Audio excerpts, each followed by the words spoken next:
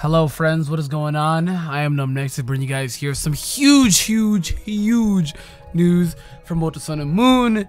It is insane within the course of like 2-3 days, even yesterday, even today, getting insane information, guys. We now know that this is the final games on the 3DS, meaning that after these games, essentially the 3DS is quote-unquote done. It is in its dying era. It is in these stages of where Nintendo wants to move on to their next thing, the Switch, which is quote-unquote trying to lose the 3DS. Personally, for my opinion, I don't think it can, because it's not a, it's like a, I understand it's a hybrid, but I mean, come on, it's still different. It's come on, you can, come on, man. That's just my opinions. I'm probably gonna get bashed for it, but whatever, I don't really fucking care. Not to mention as well as maybe they'll bring a new handheld. I don't know if they make a new handheld or not, or they're moving on to the new things. So everybody knows that everybody knows that these Pokemon games, they push the 3DS hard. So you can look at sales, they push it hard. So I'm not saying it's the only games that push it, but I'm just saying it's a big majority that does push it. So it's a big rip, dude. It's a big rip to the 3DS, and I love this console, but it's a big fucking rip, dude. I'm not gonna throw mine out. I'm still gonna keep all of them. I have like 5 of these bitches over the course of like what, 4 or 5 years. People giving them to me. Yeah, it's weird. People just give me the 3DSs. I'm like, okay.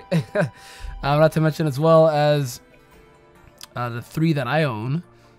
One old capture card, one new capture card, and then one that is the XL that for X and Y because I bought it on launch, some shit like that. So it's whatever. But it's really upsetting news. But they did also mention as well, and they stated that the game is going to be double the length of Sun and Moon. And here's what I don't understand. People keep saying, oh, it's gonna be that long. I'm like, dude, we really live in a generation and era. People just say fucking stupid shit. Like, hey, buddy, you just blown from Stupid Town? Cause I think you definitely did. Sun and Moon is a long game. I don't think people understand that. Sun and Moon is actually a pretty wholesome long game. You know, it's beyond the middle point, but it's not stupid long, you know what I mean? But it has a long story, I'm not gonna lie. Like, think about it, you're running through 4 islands in an Aether Paradise. You're going through alternate wormholes, and then not to mention as well, as you run through the Elite Four, which I don't even think is really memorable in Sun and Moon. In the entirety of Alola, it's not really memorable, and I really hope that's one thing that Ultra Sun Moon does, but it's not really memorable at all. When it comes to the Alola region, because they did so much crazy stuff. The story was really good. You're going through wormholes. Like, just sit down and think about it. And I did this like last week. Sit down, think about it. We're talking about going through alternate wormholes that are bending space and reality to capture something that isn't even a Pokemon. Which Ultra Beasts are like aliens, but now they're considered Pokemon? I don't know, dude. I remember when they first came out last year, and even Game Fresh themselves saying they aren't Pokemon, they're aliens. And I'm like, okay. And now they're like, welcome to new Pokemon Ultra Beasts. Adhesive. I'm like, what? What are they? What? I don't know, dude, but we're just going through wormholes. Think about that. We started off Pokemon, and they were, you know, in this perspective of Pokemon should be seen as insects and little creatures and lizards and stuff like that you just capture with a net. That's the whole premise of Pokemon, that they're inspired by bug catching. To now, where we're going through alternate wormholes to capture aliens. It's pretty crazy, right? Which these beings that supposedly can harness the power of the sun and the moon is it's pretty nuts. It's pretty nuts, dude. It's pretty nuts. Oh, it's just crazy to think about and sit down and think about. But the nice thing is, too, the Pokemon Company have confirmed that Mewtwo and other legendary Pokemon will be available in Pokemon Ultra Sun and Moon through the wormholes. So it's similar to what Oris did, where they introduced Hoopa Unbound, which it was an after game thing. And a lot of people keep sitting here, and I just have to say, buddy, did you blow in from Stupid Town? I don't want to call you stupid, but you just might be. Because people are, I know a lot of people, and I think I should just say off the Reddit, because crazy dumb things are said on the Reddit. But it's mainly Reddit and Twitter. A lot of people thought that this whole wormhole thing of capturing legendary Pokemon is like, it's a part of the story, or it's like a part of the main game. Like, no, it's not. It's his after game. They want to have some type of replay value and some longevity of the game. And Sun and Moon honestly did not have that. You can look at something like the Battle Tree, which got stale really fast, and everybody lost interest within like a month and a half of the battle tree. There was what? Is that it? I don't even remember, dude. I don't remember. I'm gonna be honest. I don't. Oh, there was the after story of capturing the Ultra Beast. There was that too, yeah, which people just did that to capture the Ultra Beast, but that's really it.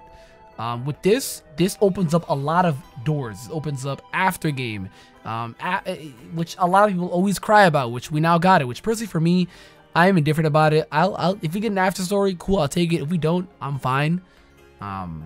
X and Y was insanely empty, but I mean, we were also introduced to insanely new mechanics. But with this, it's all focused on, this aspect is all focused on aftergame. It is 100,000% aftergame. Don't let anybody else tell you otherwise.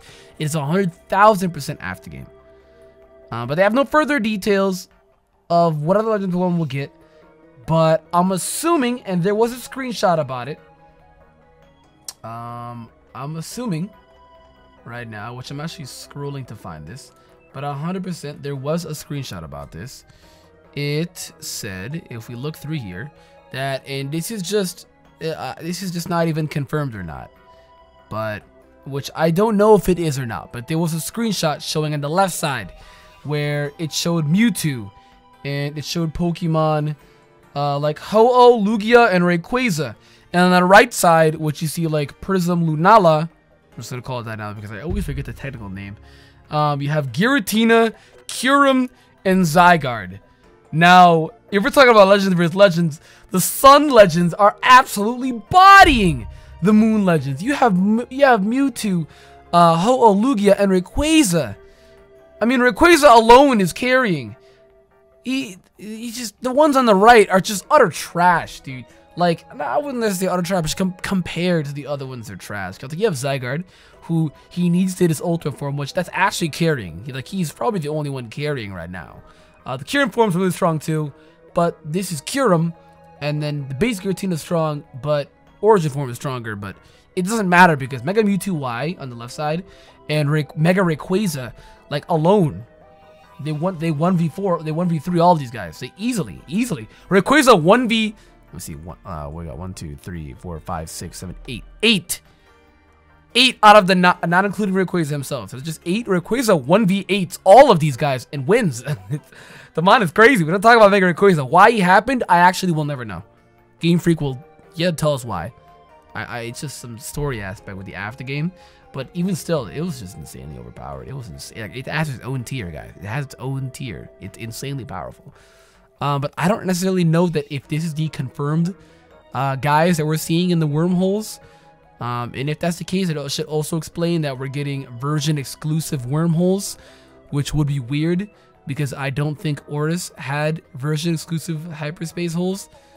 They just kind of had hyperspace holes for all legendaries, and it'd be weird.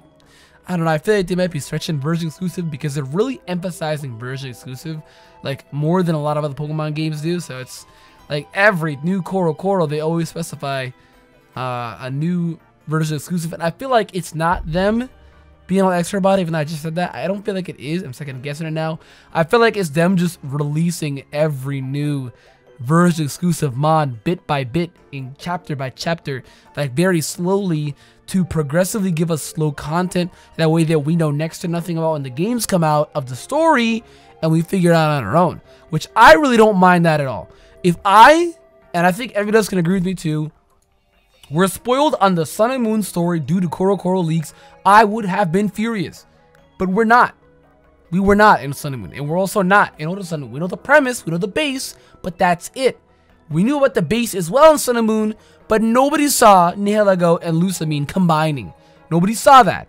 So just think about that right now. Just think about that. Nobody saw something that crazy happening. An alien absorbing a human being, and then done with that when you beat them. She's like damn near almost knocked out of conscience.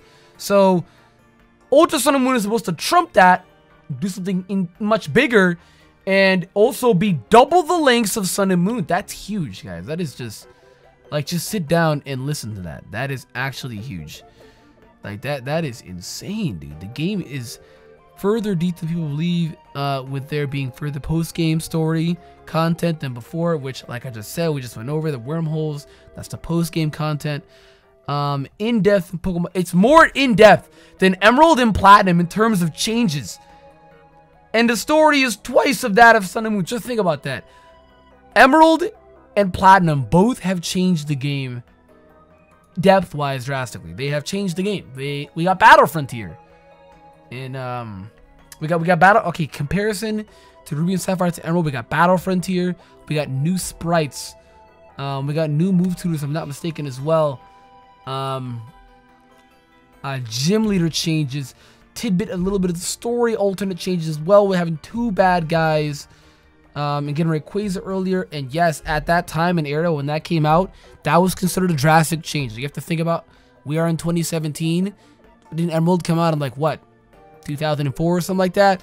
So at that time, that was considered a drastic change at that time. So that, I'm just gonna look that up. Am I crazy? I'm not nuts, right? It was 2004. Yeah, it was September 25th, or September 16th, 2004. Okay, cool. So I wasn't nuts. Okay. All right. But yeah, that's at that time was considered a drastic change. And then with Platinum, I also know they got different move tutors. Not to mention as well, they also the whole Distortion World OST changed, completely new character designs. And at that time, that was considered a drastic change as well. That came out in 2008 for a handheld game. That was considered a drastic change. So for this to be more in depth than both of those games and Sun and Moon, they are really hyping up Ultra Sun and Moon to be this god tier game. And the only thing that makes me fear something about that is people having this idea that they're going into it with a very high expectation, and then when the expectations aren't met, they go into call the game trash. When I believe these could be the greatest Pokemon games of all time. As of right now, guys, and no, I hope I'm not triggering you, I am a Gen 4 fan. That what I personally think is the best generation. I'm a Gen 4 fan. If you disagree, that's fine. But like the most accepted best generation are the Gen 5 games of Black and White and Black and White 2. This is the most best accepted, mainly for the insane drastic changes they did. Like still to this date, those games from 4th gen to 5th gen, and then from 5th gen to 6th gen are still like the biggest mechanical changes like known to man. That and also 2nd gen to 3rd gen. And then 3rd gen and 4th gen. There's a lot of changes, but you want to talk about real impacting, it was those generations right there, competitive wise, and just a lot of things wise. But to be real, those are just like the most accepted ones, due to the story, which I also kind of agree as well, being the best story we've gotten to date still yet, with the anti-hero end and stuff like that. And it was a really good story. If you haven't played 5th gen games, I recommend you do. The story is insane. It's insane. While Sun and Moon's story was good, it's like wide majority considers the 5th generation story to be the best. And this is just something that you can just ask anybody and they would tell you this. There are a few though that do think that Hoen's story was the best. Just grab their hand and just pull them to the good side. But hey, you know what I mean? Hey, you know, we don't judge you. We don't judge you. You know what I mean? But essentially, this game is supposed to be in more depth than that, and it's twice that of Sun and Moon. That's insane, dude. The story is twice that of Sun and Moon, which means they're gonna go back to the Sun and Moon story. They're going to add on to that, put in much more depth, make this shit crazy. Guys, these games could literally be the best Pokemon games known to me. They're ending an entire era of a handheld console. Think about that. After these games are released, like 3DS games will slowly come out less and less and less. Switch games will come out more and more and more. Like, I don't think you guys understand, Nintendo is really trying to let the 3DS die. Like, they're getting out of the era of the 3DS and the Wii U, and they're moving on. They're moving on. A big reason why Nintendo takes time to move on is because they're built up off nostalgia. People love the things that they always give out. The Wii U does not exist, so do not mention that, okay? But they love the things that they push out. And these games are ending off the console, dude. Like that, this shit better be good. Like, that's why they're hyping it up like this, because they're literally sitting here saying these games are going to be so flames that yes, even if our 3DS is done, you will still play your 3DS and open up these games. And I mean, honestly, I could see it, guys. I could see it. Like, these games are so fun. I'm shivering. My vagina is quivering to play these games. Not to mention as well, it confirms that you will encounter various legendary Pokemon through the wormholes when you travel through portals on Solgaleo and Lunala, which include legendary Pokemon Mewtwo. Nothing really else known about that, about the legendary Pokemon, but if my screenshot that I posted, if that is supposed to like specify the legendaries you can get in the wormholes, that would be interesting. And if they're version exclusive, I feel like that would suck. That would really suck if they're version exclusive. Like, I really hope they don't do that. I put the screenshot on screen, but if you guys are wondering what I'm talking about, but I haven't edited the video yet. I'm recording this. That's probably why you don't know what I'm talking about. Shut up. But I would really suck if that they were version exclusive. The one thing that I do hope, though, the one thing that I hope that they do, which I highly doubt it, but this could scream that they're doing that, is to unlock some of these shinies. Because I know through auras you could find like. Actually, through like even hard gold, soul silver, you can find shiny Ho, shiny Lugia. I think Zygarde's always been shiny locked.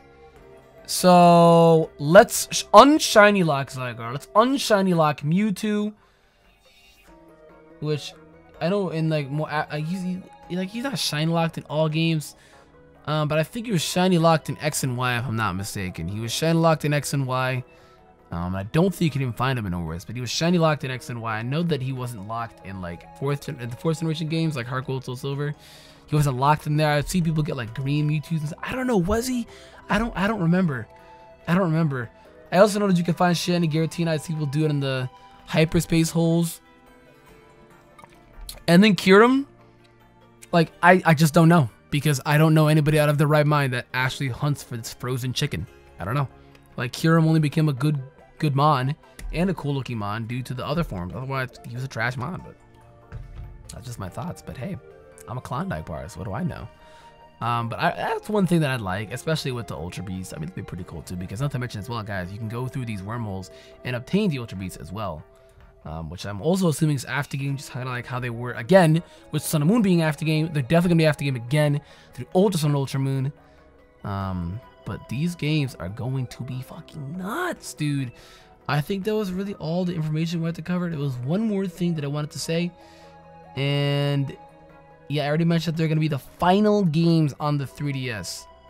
So, which representing a culmination of their work on the device. They're literally ending this console off. Anybody else is otherwise, you're just wrong. Like, you're just fact. This is not a fact or opinion. Like, you are factually, F-A-C-T, wrong. They're ending the console off. Which makes me so upset because I love the console so much. But hey, and I'm only repeating this so many times because there are people that will disagree with you, but they're just wrong. I feel like I triggered so many people in this video. I apologize. I'm sleep deprived, but they're wrong. But you guys let me know all your thoughts. A big Ultra Sun Moon video here today. As the games get closer to the release, we'll learn more. And if I learn more, I'm probably going to get one more chapter of Ultra Sun and Moon Koro before these games are out. We got a trailer 2 days ago. It wasn't anything new. It was kind of like the commercial trailer they're going to put on TV, so not anything crazy or new. But hey, you guys let me know your thoughts in the comments down below. What you think about all this stuff, yada, yada, yada. And if you enjoyed, like, subscribe for Ultra Sun and Moon. We're doing the playthrough in... Is it 2.5 weeks? Is it 2.5? 1, 2, 3... 4 weeks from today, the playthrough goes live. A month from today, the playthrough goes live. So definitely make sure to subscribe, hit the bell notifications, all of that. And with that, guys, I will see you guys next time.